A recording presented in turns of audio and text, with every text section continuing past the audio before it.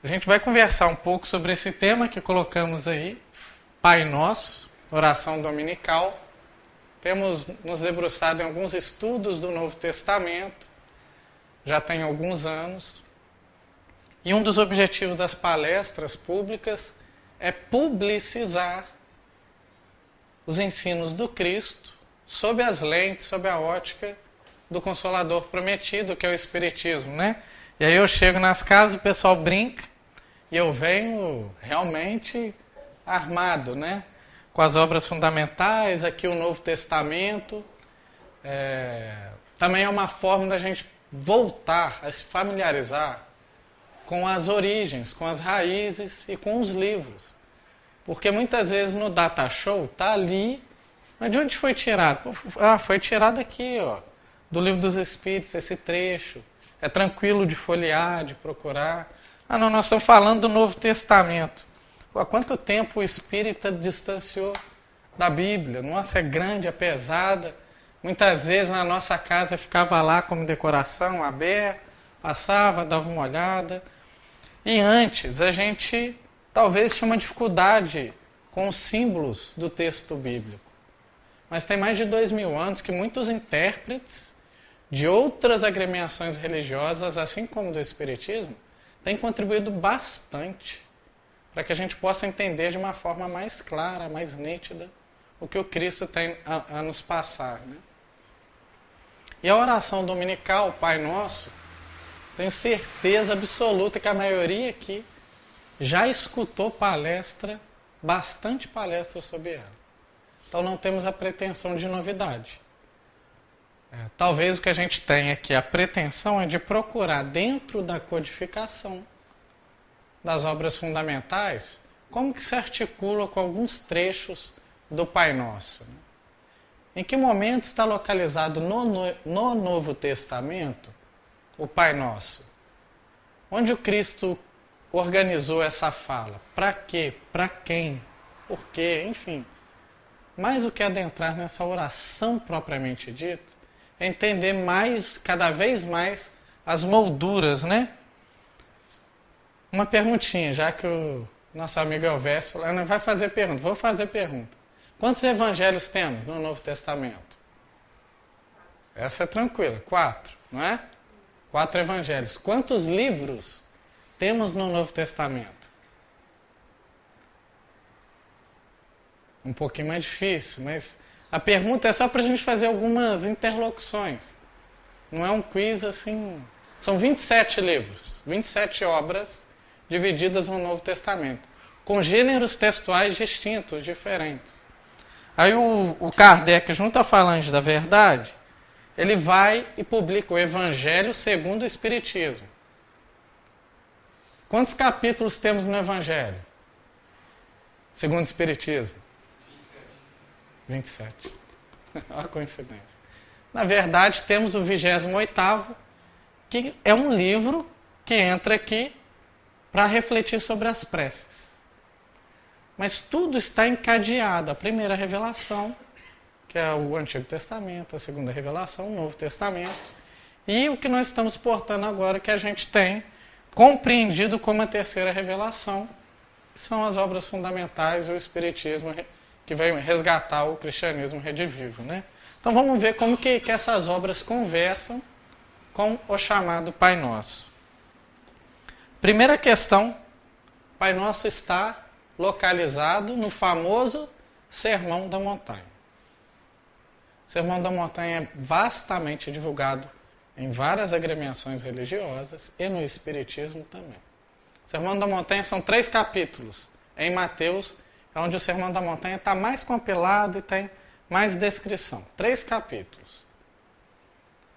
Do Evangelho segundo o Espiritismo, mais de 70% do livro é interpretação do Sermão da Montanha. O Evangelho segundo o Espiritismo se dedica, o Kardec, né, a interpretar e colocar o microfone para a Falange da Verdade sobre os ensinos morais de Jesus. Mais de 70% é a interpretação do Sermão da Montanha. Um personagem, um missionário famoso de outra agremiação religiosa, hindu, Mahatma Gandhi, vai falar que se perdesse todos os livros religiosos da humanidade e conservasse apenas o Sermão da Montanha, temos roteiro seguro para chegar ao regaço do Pai. Então a gente vai vendo a importância do Sermão da Montanha para quem se diz cristão e para quem tem essa abertura de aprender com outras agremiações religiosas, como Mahatma Gandhi teve, né? Então está lá no capítulo 6 do Evangelho de Mateus, que a gente vai destacar aqui, tem outras passagens, o Pai Nosso. Então o Pai Nosso está localizado no coração do Novo Testamento.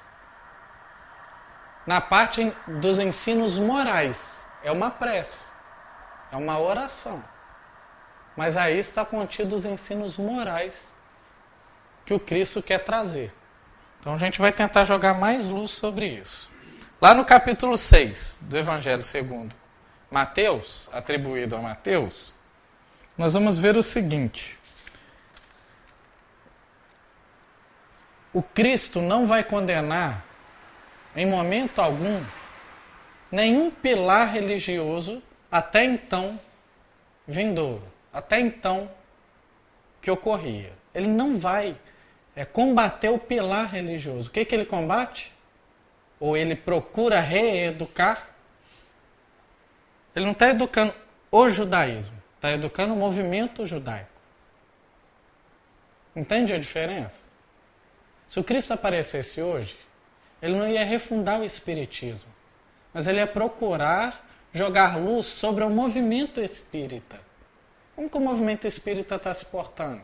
Quais são as práticas que o movimento espírita resolveu adotar ao longo do tempo que pode estar distanciando da essência, do objetivo daquele rito? Então Cristo, logo no capítulo 6, vai conversar com os judeus sobre 3 práticas religiosas muito comuns para o povo judeu. Lá no início, versículo 1 do capítulo 6. Guardai-vos de praticar vossa religião diante dos homens para atrair os seus olhares. Do contrário, não haverá nenhuma recompensa para vós da parte do vosso Pai que está nos céus. Assim ele começa o capítulo 6, falando com o povo judeu. Guardai de praticar a vossa religião, a fim de atrair os olhares de todos para o Pai. Então a prática é religiosa no sentido de ser espelho, de ser convite, de induzir para olhar para alguém maior. Agora, o que era tido como prática religiosa do povo judeu? O judeu que praticava a sua religião, ele tinha que cumprir três premissas. Quais eram? Antes de eu ir para as premissas, eu li a palavra aqui, recompensa. Combina com o cristianismo e com o Cristo, barganha. Sabe essa ideia assim de recompensa? Eu faço aqui para ganhar lá? Então a gente vai fazer essa leitura do espírito da letra, tá? Essa recompensa não é barganha, ela pede um entendimento um pouco mais profundo. No Pai Nosso tem um momento que isso ocorre também. Não vou me deter sobre isso. Então, as 3 práticas religiosas para o povo judeu que fariam com que quem fosse judeu cumprisse a sua religião. A primeira delas, esmola. O termo utilizado, o termo bíblico aqui utilizado é esmola. O que é esmola? Qual que é o espírito da letra? Caridade. A arte de conviver para com o próximo. Então o judeu ele tinha que praticar a caridade, se relacionar com o outro a fim de ser indulgente para com o outro, de ter algo para dar, não algo material.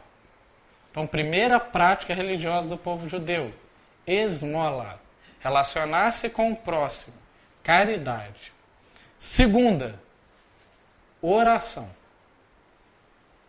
que é o que a gente vai conversar hoje. E a terceira, jejum. Compreendendo o jejum não como algo exclusivo da alimentação, mas a prática do jejum é você abrir mão de fazer algo que faz parte do seu hábito e por algum motivo intoxica. Então, esses são os 3 elementos da prática religiosa judaica que o Cristo não condena. Ele vai conversar sobre esmola, oração, jejum. Tranquilo qual que é o contexto para onde vai aparecer para a gente há mais de 2000 anos a oração dominical, a oração do Pai Nosso? Esse é o contexto. Essa Bíblia aqui, TEB, né? Tradução Ecumênica da Bíblia. Ela é uma tradução que demorou muitos anos para ser publicada e ela nasce do conjunto de esforços de tentar ser ecumênica. Como? Tendo teólogos, católicos e protestantes debruçados no texto bíblico, procurando qual que é a melhor forma de traduzir para a nossa língua, para o português. Lembrando que o Novo Testamento foi escrito em grego. Tudo que está escrito no Novo Testamento foi em grego, tá? Nada em aramaico, as línguas comuns da época, né? O latim, que é muito comum para a gente, já é a tradução.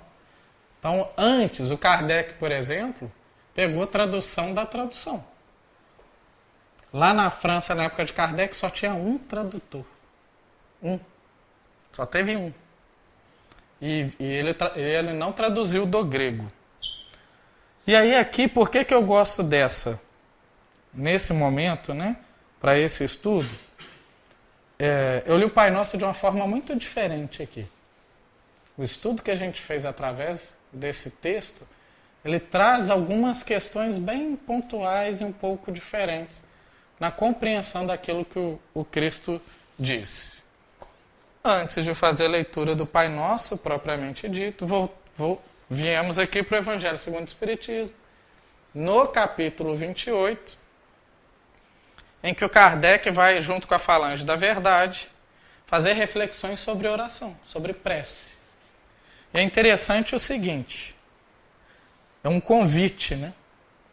Nas obras fundamentais, uma característica da Falange da Verdade é o seguinte, qualquer obra fundamental que a gente lê, tem uma síntese de toda a doutrina espírita. Se a gente pegar as introduções do capítulo 28, que precedem a sugestão de oração, já traz estudos assim extraordinários, fantásticos, né? Então a gente vai trazer só alguns trechos aqui sobre prece. Primeira delas, para a gente ver como que está em comum acordo com o Cristo. O Cristo não condenava a prática, qualquer prática religiosa. Procurava educar ela, relembrar como que ela nasceu. Então, no Evangelho segundo o Espiritismo, logo no item 1, vai falar assim sobre prece, sobre oração. O Espiritismo reconhece como boas as preces de todos os cultos, quando ditas de coração, e não de lábios. Não impõe nem reprova nenhuma. Deus, segundo ele, é grande demais para repelir a voz que lhe implora ou lhe entoa louvores, porque o faz de um modo e não de outro. Olha só como é que é o coração, como é que é a semelhança. O Espiritismo não condena nenhuma fórmula de prece. Eu vou citar que o Espiritismo condena o terço. Não, claro que não condena. Seria contraditório se condenasse. Convida, assim como Cristo, que a gente reze o terço, fazendo com que essas palavras entoem na intimidade dos nossos corações. Ponto. Eu posso fazer uma prece aqui no Centro Espírita para iniciar uma palestra ou para finalizar e as palavras serem só de lábios. Então a conversa sobre prece aqui é para trazer a essência, a raiz. Aí eles seguem. A principal qualidade da prece é ser clara, simples e concisa. Aí já é uma dica. Olha, quer cair na superficialidade? Faz uma prece muito complexa, longa, distante. Já é uma sugestão, olha. Quanto mais simples e concisa for, mais chance temos dessa prece ser efetivamente de coração. E quanto mais clara. Uma outra questão que a gente tem batido bastante na tecla. há uma diferença gritante em ser rebuscado e ser profundo. As obras fundamentais são profundas. Característica de espírito superior. Rebuscamento não é necessariamente sinônimo de profundidade. Pode ser também de ilusão. Por isso aqui ele coloca clara, simples e concisa. Cada palavra deve ter o seu alcance próprio. Despertar uma ideia, mover uma fibra. Numa palavra, deve fazer refletir. Somente sob essa condição, a prece pode alcançar o seu objetivo. Então é assim que eles começam o capítulo reflexivo sobre a oração. É o que o Cristo está fazendo aqui com os judeus, é o que o Kardec, junto com a Falange da Verdade, está fazendo com os espíritas. Vamos conversar sobre a prece? Está aí alguns princípios preliminares de como a gente deve realizar uma prece. Aí sobre a oração dominical. Os espíritos recomendaram que puséssemos a oração dominical no início dessa coletânea. Não somente como prece, mas também como símbolo. Não só como prece, mas também como símbolo. O símbolo é algo que precisa ser decodificado. Que a ideia é, por que a oração dominical está num estudo? Não é num grupo de estudo, numa palestra. Porque ela precisa ser decodificada. Ela foi proferida pelo Espírito por excelência. Cada palavra, cada vírgula, provavelmente tem um alcance que hoje, se a gente mergulhar, a gente fica maravilhado. Se daqui a 100 anos eu mergulhar de novo, eu vou ficar mais maravilhado ainda. Alguns estudiosos brincam que as obras fundamentais é física quântica. Você abre ela e lê. Aí você fecha. Passa um dia, você abre de novo, lê na mesma página, mas parece que você não tinha lido. Que você está notando algo que antes tinha passado desapercebido. Você mudou com as circunstâncias da vida. Essa é a ideia também da gente voltar para o Pai Nosso aqui. Mais uma vez, mais uma vez. Quem sabe a gente não alcança algum canto que vai arrefecer nossos corações na noite de hoje, né? Não somente pela prece, mas também como um símbolo. De todas as preces, é a que eles colocam em primeiro lugar. Seja porque procede do próprio Jesus, seja porque pode suprir a todas, conforme os pensamentos que a ela associamos. É o mais perfeito modelo de concisão, verdadeira obra-prima de sublimidade na simplicidade. Com efeito, sob a forma mais singela, ela resume todos os deveres do homem. Falando que o Pai Nosso resume todos os deveres do homem. Quais? Para com Deus, para com o próximo e para consigo mesmo. Tríade. Lá no Novo Testamento, no Evangelho de Mateus, o que o Cristo está conversando com os judeus? Qual que é a tríade? Esmola, nosso compromisso para com o próximo. Oração, nosso compromisso para com Deus. E jejum, nosso compromisso para conosco mesmo. A oração dominical resume essa tríade. Para qualquer espírito encarnado na Terra. É o que aqui, no Evangelho segundo o Espiritismo, a Falange da Verdade junto a Kardec está procurando esclarecer para a gente. Contudo, em virtude mesmo da sua brevidade, o sentido profundo que encerram as poucas palavras de que ela se compõe escapa à maioria das pessoas. Ou seja, é profunda. Como são breves palavras, o sentido profundo tem escapado à maioria de nós. Eis aí uma advertência da Falange da Verdade para conosco. Muito profundo, simples, conciso, eu começo a falar, sem sentir, sem compreender o que eu estou efetivamente conversando com Deus. Por isso, geralmente é dita sem que os pensamentos se detenham sobre as aplicações de cada uma das partes. Então aí, antes da gente entrar no Pai Nosso propriamente dito, eis uma parte fundamental para a gente compreender de forma mais significativa. Né? Não é rico? Em poucas palavras, eu não li 2 itens do capítulo 28 do Evangelho segundo o Espiritismo. Não li 2 itens. Olha quantos elementos preciosos estão contidos ali para a gente enxergar a oração dominical de uma forma mais afetuosa, mais clara, mais profunda, que toque mesmo efetivamente os nossos corações. Nome. Em diversas traduções vamos encontrar nomes mais diferentes possíveis. Os 2 mais comuns. Pai Nosso, porque é a primeira estrofe, Pai Nosso, e oração dominical. Por que oração dominical? Por que será que um dos títulos encontrados nas traduções é oração dominical? É coisa simples. Será que tem a ver com o quê? Domingo? Ou não tem nada a ver com domingo? Uma das traduções é essa, oração dominical. Não tem nada a ver com domingo. Muitas vezes eu orava isso, oração dominical. Eu sei alguma tradução católica, né? As missas eram domingo, deve estar relacionado a isso. Não. Dominus, no latim, Senhor. Oração do Senhor. Só isso que significa oração dominical. E aí faz todo sentido, não é qualquer oração. Oração do Senhor. Do Cristo, por excelência. Que aí já é um convite daquele que fez lá a tradução. Olha para essa oração. Presta atenção nela. Não é qualquer oração, é oração do Senhor.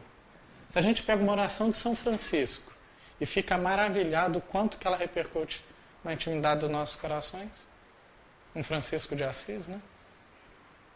Oração da serenidade. Quantas e quantas orações maravilhosas chegou até nós. Essa é a oração do Senhor por excelência. E o Pai Nosso, eu quis colocar aqui porque é a mais comum. E aí sim vem a primeira estrofe. Tem uma trilogia que eu indico, acho que vai ser a única subsidiária que a gente vai indicar hoje, que é do Cláudio Fajardo, sobre o Sermão da Montanha. Tem 3 livros. Um deles chama Sermão da Montanha, tem outro que chama Sermão Profético, e o terceiro está me escapando o nome aqui. Mas o que fala sobre o Pai Nosso, Sermão da Montanha. Ele vai dizer que as 3 primeiras estrofes estão relacionadas a Deus, que compete a Deus realizar. A forma como é dividida ela, né? Então, Pai Nosso, que estás nos céus, normalmente a gente entende assim, santificado seja o vosso nome. Então, primeira questão que a gente vai destacar, Pai Nosso. Todos nós sabemos que o Cristo trouxe Deus o mais próximo da gente possível, o termo Pai. Só que no Novo Testamento a gente vai encontrar principalmente 3 formas do Cristo se reportar a Deus. Uma delas é Pai Nosso. As outras 2, qual que é? Meu Pai. Uma outra forma ele fala assim, vosso Pai. Em outros momentos ele diz, Pai Nosso. Qual que é a diferença? O que ele está se reportando? O que ele está querendo introduzir no pensamento de quem escuta, né? Ou de quem lê no nosso caso? Primeiro, quando ele diz meu Pai, o Cristo é um espírito puro. Na Revista Espírita vai esclarecer que os espíritos puros veem e compreendem a Deus. E os que estão no cume cumprem a sua vontade. Quando o Cristo está falando meu Pai, ele está falando o Pai que ele vê, compreende e executa a vontade. Então o que ele vai dizer em seguida, geralmente é mais forte, que a vontade de Deus prevalece, acontece. A outra forma que ele vai dizer é vosso Pai. Aí ele está permitindo a diversidade, a singularidade de olhares que cada um de nós temos de Deus. Porque cada um de nós pensa sobre Deus de forma distinta. Não é? Eu tenho uma compreensão de Deus, a Ângela tem outra, a Leila tem outra, e assim vai. Algumas coisas é semelhante, outras não. Quer ver como é que muda nossa imagem de Deus? Quando eu preciso da corrigenda da justiça. Aí eu já tento dar uma dialogada com Deus, assim, pô, dá para dar uma flexibilizada, né? Mas há um respeito do Cristo quanto a isso. Então ele vai falar assim, ó, dentro da forma que vocês enxergam a Deus, procure se relacionar de tal forma. Parece pouca coisa, mas vivemos num mundo em que Deus ainda prevalece que a ideia do meu Deus é melhor do que a ideia do seu Deus. Geralmente quando a gente fala que a tentativa religiosa de impor o meu Deus é algo muito do Oriente, né? Lá da região da Arábia, os muçulmanos. Brasil, século XXI. Nossas correligionárias de matrizes africanas sofrem preconceito demais, gente. Mas assim, não é mais ou menos, não. Vai falar que é do candomblé. Vai falar que é umbandista. Até nós espíritas, às vezes, como queremos diferenciar, não. Sou umbandista, não sou espírita de mesa branca. Como se ser umbandista fosse pejorativo, né? Por lei agora, nós estamos tendo várias discriminações. E na escola, quando chega algum aluno com guia, todo mundo afasta. Então, quando Cristo fala, o vosso Pai, é respeitosamente mostrando que se o seu Pai é bom para você e te faz melhor, é o que basta. Já é um convite. Mas na oração dominical ele usa o termo Pai Nosso. É o Pai Criador. É o Pai que transcende o horizonte humano. É o Pai de todos indistintamente, não tem ponto de vista. Pai Nosso, é o Pai Criador. É aquele Pai que o Paulo de Tarso vai falar que não faz asepsia de pessoas. Todos, é o Pai de todos, está sendo evocado nessa oração. É o Pai Nosso. É o Pai acima da compreensão do Cristo, do próprio Jesus. Então esse é o Pai de todos, é o Pai Criador. Que é o que a gente vai ver, por exemplo, no capítulo 1 do Livro dos Espíritos, que é a primeira obra fundamental, ou no capítulo 2 do livro A Gênese, que é a última obra das obras fundamentais publicadas em livro, né? Não nas revistas. Ele vai trazer esse Deus transcendental. Então ele está evocando esse Pai Criador, o Pai de todos. Não é nem a visão dele e nem a pluralidade da visão de cada um de nós. É o Pai de todos. E aí ele vai dizer assim, Pai nosso que estás nos céus. No plural, essa tradução vai trazer no plural. Na Bíblia de Jerusalém também no plural. Tem a tradução do Haroldo, plural. E na tradução do João Ferreira de Almeida, que é a mais famosa, a gente ainda encontra no singular. Nas notinhas de rodapé, uma das explicações desses céus estar no plural, primeiro, esse Pai Nosso é o Pai Criador. A simbologia de céu, tanto no Antigo Testamento quanto no Novo Testamento, é aquilo que não é matéria, é aquilo que é imperecível, ou seja, nos céus, o que é espiritual, o que é para o espírito e que está em todos os lugares. Todos os lugares.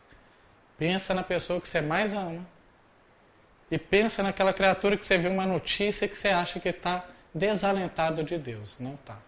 Está evocando o Pai Nosso que estás em todos esses lugares. E aí vem a ideia, seja feita a tua vontade.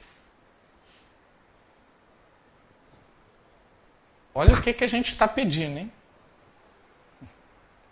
Pai nosso, Pai de todos, que está em todos os lugares, seja feita a tua vontade. Gente, a vontade de Deus é feita. A vontade de Deus realiza. E não tem atalho, não tem barreira. Mas nessa oração eu estou evocando alguma coisa, algum entendimento. Gente, no início do estudo não falou que eu fui afastado de quarta-feira e 6, 7 meses depois eu fui entender, desconfio dos porquês? Há uma vontade que prevaleceu. Que a gente precisa desconfiar. E muitas vezes, não foi esse caso, né? Porque esse foi um caso simples. Mas muitas vezes a vontade de Deus vai nos contrariar. Mas quando eu estou contrariado e evoco essa oração, eu estou pedindo ajuda a Ele. Olha, eu não estou dando conta. Seja feita a tua vontade. Dá para apressar para eu entender? O tempo de Deus, qual que é o nosso problema? Porque o tempo de Deus é um e às vezes a gente tenta acelerar. Madre Teresa de Calcutá, por exemplo, que era um espírito assim. Eu lembro muito, quando eu estudo a biografia do Kardec e da Madre Teresa de Calcutá, porque são espíritos inquietos. Não tem essa de porta fechada, falou não. Eles iam, desbravavam, não tinham medo, numa época que o preconceito era enorme. Imagina uma mulher sair do convento, na época que Madre Teresa saiu. Tem que ser mulher de fibra, tem que ser missionária. Senão não sustentava o que sustentou. E ela dizia o seguinte, depois que ela fazia tudo que estava ao alcance dela e o que não estava, ela parava, respirava brava e dizia, é porque meu pai ainda não quer. Ali ela serenou. Ela fez além do alcance dela e não deu, chega uma hora que ela... É porque o meu pai ainda não quer. Não é à toa que ela se dizia apenas um lápis nas mãos de Deus. Quem escrevia era o Senhor da vontade. Porque ela estava procurando entender o quê? Anular a vontade dela? Não. Aliar a sua vontade à vontade de Deus. Só cresce assim. Não tem anulação de vontade. Quer anular a vontade, que mérito tem? Não, faz o que o Senhor quiser. Na verdade, você desistiu. Estar com Deus é somar a sua vontade à vontade de Deus. Quando Cristo fala, eu e o Pai somos um, é isso. Não há melindre na fala do Cristo. Há uma compreensão total de um espírito que conseguiu se educar o suficiente para compreender a vontade de Deus e fazer com que a sua vontade entendesse que isso era o melhor para ele e para o conjunto da obra. Isso é magnífico. Pai nosso que estais nos céus, seja feita a tua vontade. É o que está sendo evocado.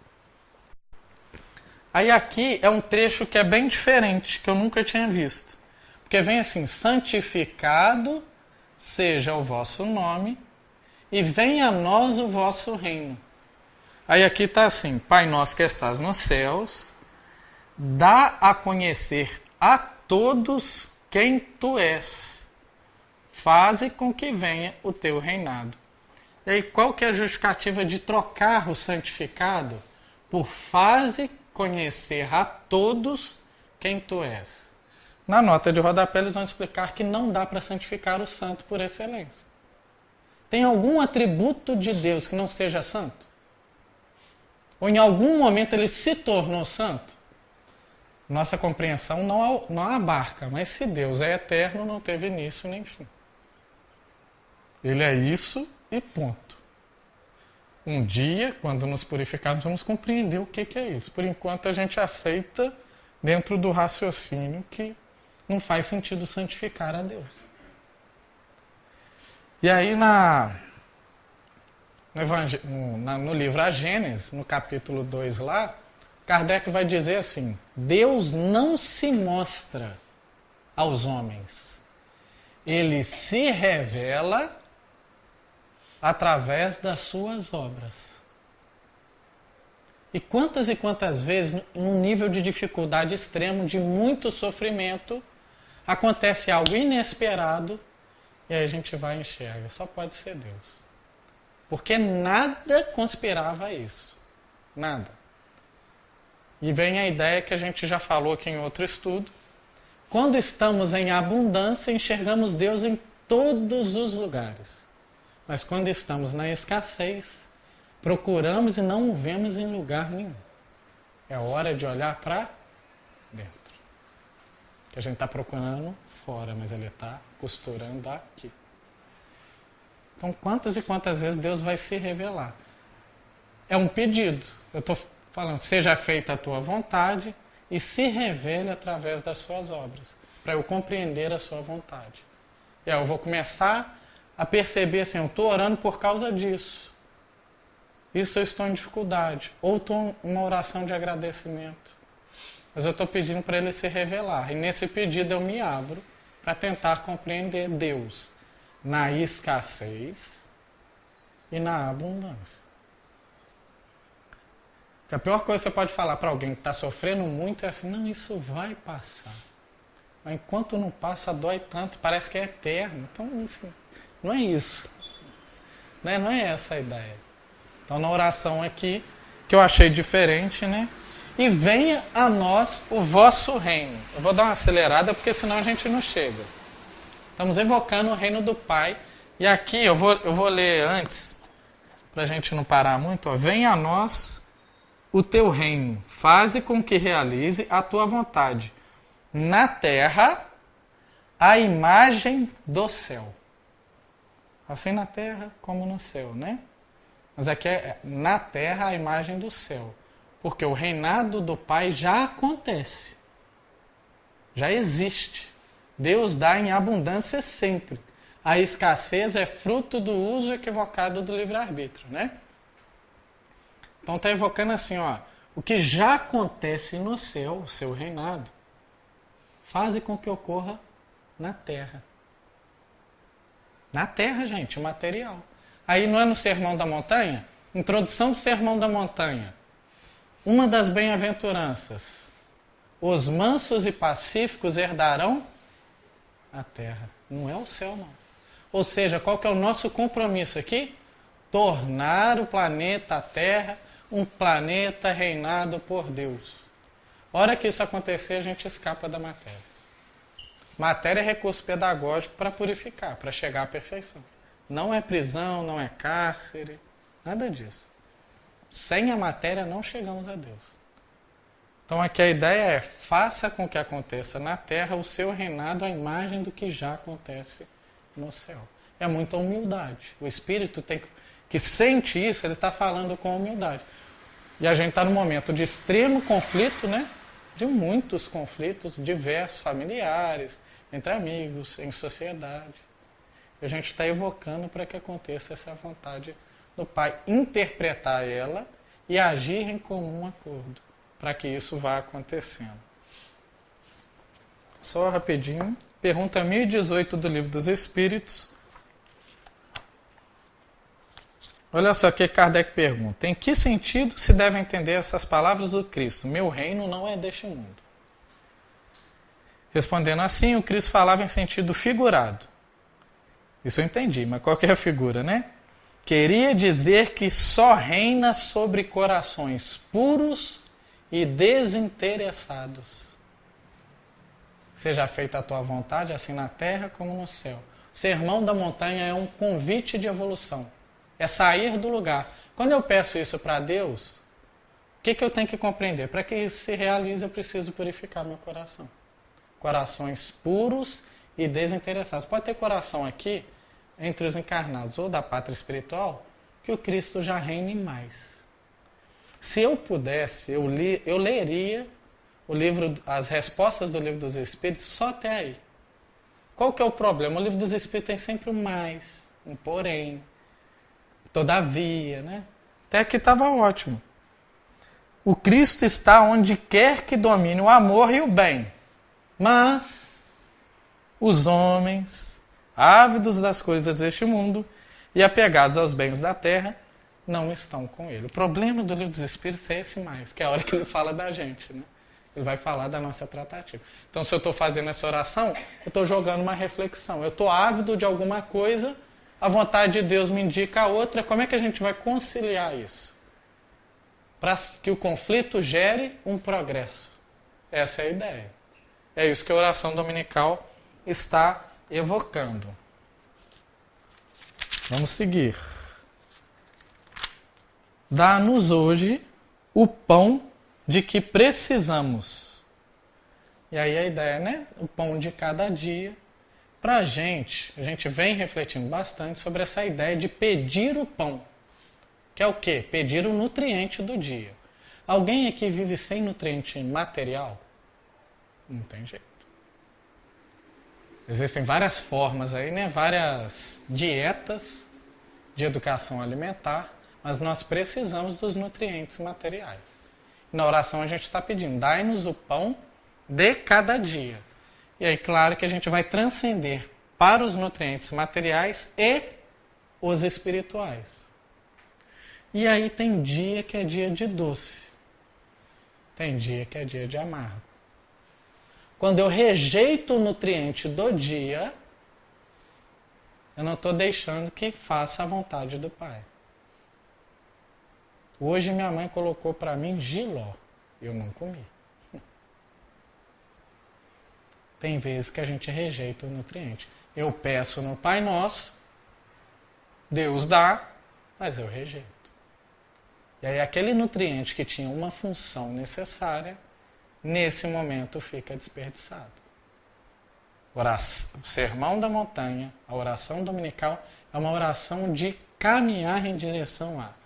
Depois que eu fiz esse estudo, eu fiquei com medo até de fazer ela, para falar a verdade. Porque olha o que você está pedindo. Está pedindo pão, então recebe ele. Mas a ideia do Espiritismo é esclarecer, gera um conflito, mas uma vez entendido, vai gerar consolação. Isso é fato. Porque eu como o jiló amargo do dia, mas isso, se é dado por Deus, se não é tormento voluntário, tem uma função misericordiosa, de alívio, de graça, né? De graça. Perdoa-nos as nossas faltas contra ti, como nós mesmos temos perdoado aos que tinham falta contra nós. Essa então, pelo amor de Deus. Perdoa as nossas faltas contra ti, como nós mesmos temos perdoado as faltas contra nós. E é interessante os termos, né? Temos perdoado. E aqui há uma série de fatores. Primeiro, será que tem como barganhar com Deus? Se eu me perdoo, eu vou perdoar também. Não dá. Então é o espírito da letra que não está sendo entendido em consonância com o que o Cristo quis dizer. Perdoa as nossas faltas contra ti. Primeiro, qualquer ofensa não é para a Ângela em si, é para as leis. Porque a Ângela só vai receber essa ofensa se na trajetória dela for preciso para algum crescimento dela. Eu crio uma animosidade com ela que vai precisar de alguns elementos aí. Mas a nossa primeira falta é com Deus. E aí é interessante o seguinte. Vamos pegar aqui nessa bagunça. Livro Céu e Inferno. Quando a gente vai falar de dívida e perdão, Código Penal da Vida Futura. A primeira parte do livro Céu e Inferno vai lá falar sobre o Código Penal da Vida Futura. E olha que interessante. No Sermão da Montanha tem o Pai Nosso, e no Pai Nosso fala assim, perdoa, como temos perdoado a quem nos ofende, significa o seguinte, vão te machucar. Em um planeta de provas e expiações, vão te machucar. Ninguém está salvo disso. E olha, os principais machucados vêm de quem a gente ama. Não vem de quem está distante. Isso faz parte do... É o giló. É o giló. A diferença é que quem a gente ama, a gente consegue de alguma forma, em algum momento, porque o amor não acaba, ele adoece com essas faltas, mas ele vai ter uma força motriz para em algum momento se reparar. Mas na oração está falando que vão machucar a gente. E se a gente está pedindo, nós vamos machucar alguém. E aí o espírita tem que ter isso muito claro. Chega de puritanismo. Espírita fala coisa errada, faz coisa errada, xinga, sente raiva. Faz parte do nosso processo evolutivo. Negar isso é negligenciar a oportunidade de crescimento. É fingir que nós não temos. E não é verdade. Então aqui, rapidinho. Qual que é a tríade de quem está em dívida? Quem errou? Agora todo mundo vai responder, vocês sabem. Eu errei. O que vai precisar fazer para corrigir ainda? Arrepender. Reparar e expiar, né? Arrependimento, expiação e reparação. Então vamos lá, no item 11 do Código Penal da Vida Futura.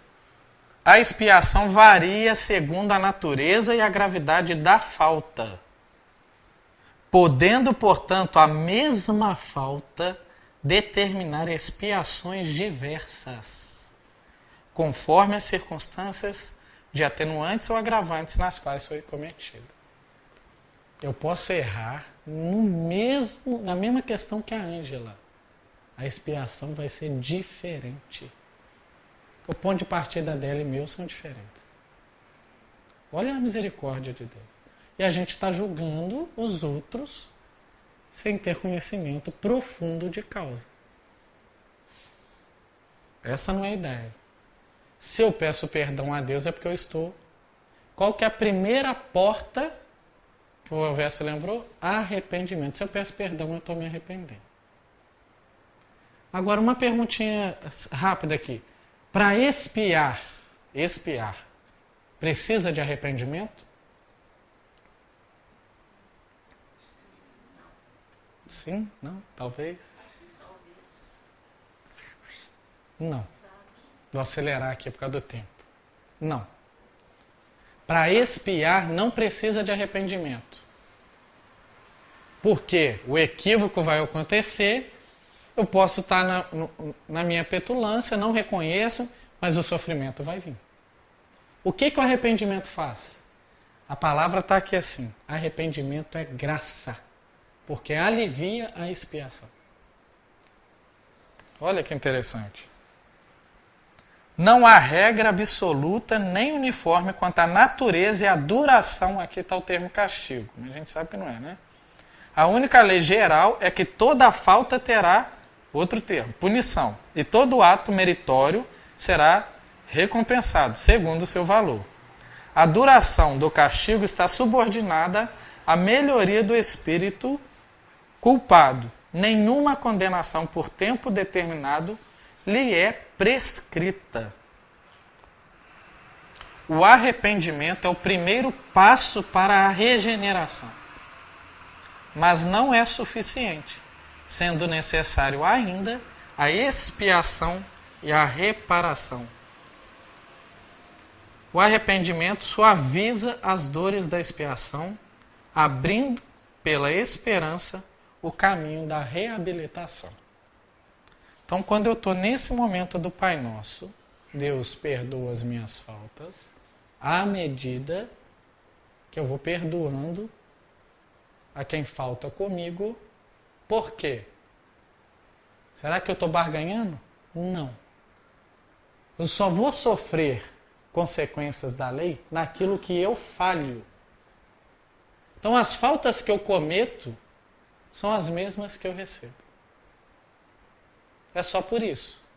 E arrepender, expiar e reparar só vai completar o ciclo quando eu compreendo que quem errou, do mesmo jeito que eu já errei, merece a misericórdia. É só por isso, não é barganha. A expiação vai ocorrer de qualquer forma. Se eu tenho a hombridade espiritual de me arrepender, ela alivia e te prepara para reparar. Eis a tríade dessa passagem. Perdoe à medida que a gente vai perdoando. Essa é a ideia. Não é barganha com Deus. Se eu perdoar, o Senhor me perdoa? Não. Porque se eu perdoar, eu entendi. Eu compreendi. O perdão tem a sua graça. Arrependimento, primeiro passo. Expiação, perpassa por todos e vai completar na reparação. Seguindo em frente, Dá-nos hoje o pão que precisamos, perdoa as nossas faltas contra ti, como nós mesmos temos perdoado aos que tinham falta contra nós. E não nos introduzas na tentação, mas livra-nos do tentador. Não nos introduzas na tentação, né, gente? Parece que a gente está com medo. Assim, não introduz na tentação, não. O Cristo que está falando isso, hein? O que será que é tentação dentro desse espectro, né? Dentro dessa fala da oração do Senhor? Né? O que ele está querendo dizer com isso, com tentação? A gente conhece algum espírito que não foi tentado na Terra? Existe algum espírito que não foi tentado na Terra? Nenhumzinho. O Cristo foi tentado? Foi ou não foi? Aonde? Aonde que o Cristo foi tentado? No deserto, tabernáculo. Um espírito puro pode ser tentado, gente? Hein? Não tem jeito. Um espírito puro não pode ser tentado. Um espírito puro. O espírito puro não sofre nenhuma influência da matéria. É o que está no livro dos Espíritos. Nenhuma, zero. Ele já venceu tudo que a matéria tinha a fornecer como recurso pedagógico. Aí vai o Kardec, quem acha que interpretação bíblica do Espiritismo está só no Evangelho segundo o Espiritismo, eu estou mostrando aqui que não. Por isso que eu trouxe, tá? Aqui estão todas as 5 obras. Isso porque não dá para trazer 12 anos de revista espírita. Senão o Renato não deixa passar na porta. Capítulo 15 do livro A Gênese, item 52. O capítulo 15 é sobre os milagres do Evangelho, tá? O Espiritismo... Oi? Achei que alguém tinha falado. Milagres, não foi aqui não, deve ter sido lá. Milagres do Evangelho. Kardec vai refletir junto com a Falange da Verdade. A tentação de Jesus. Jesus, transportado pelo diabo ao alto do templo, depois sobre uma montanha, e tentado por ele, é uma dessas parábolas que lhe eram tão familiares e que a credulidade pública transformou em fatos materiais. Palavras aqui do Kardec, hein? Jesus não foi arrebatado, mas queria fazer compreender aos homens que a humanidade está sujeita a falir e que deva estar sempre em guarda contra as más inspirações, aquelas que a sua natureza fraca leva a ceder. A tentação de Jesus é, pois, uma figura, e é preciso ser cego para torná-la ao pé da letra. Olha só, no livro A Gênese, segundo o Espiritismo, está falando que essa passagem é uma parábola. Jesus contou essa parábola para os apóstolos, e depois, né, com o turbilhão de questões que aconteceu com o cristianismo nascente, transformamos a parábola em algo literal. Jesus é porque, geralmente nas parábolas do Cristo, o Cristo nunca foi personagem. Nessa ele se colocou como personagem. Mas qual que era o objetivo? Só ver quais são os tipos de tentação que o espírito frágil em evolução pode quedar. Tá? A ideia de trazer aqui para a gente ver essa reflexão. Então não nos introduzas na tentação. Olha qual que é o pedido. Para eu não ser tentado, eu tenho que ser puro. Simples assim. É isso que eu estou pedindo. É uma evocação de progresso. Aí no livro dos Espíritos, vamos ver se eu vou achar aqui. Porque aqui na Gênesis ele vai falar das fraquezas que o ser humano cai. Eu estou pedindo, olha, livra-me da tentação e livra-me do mal, né?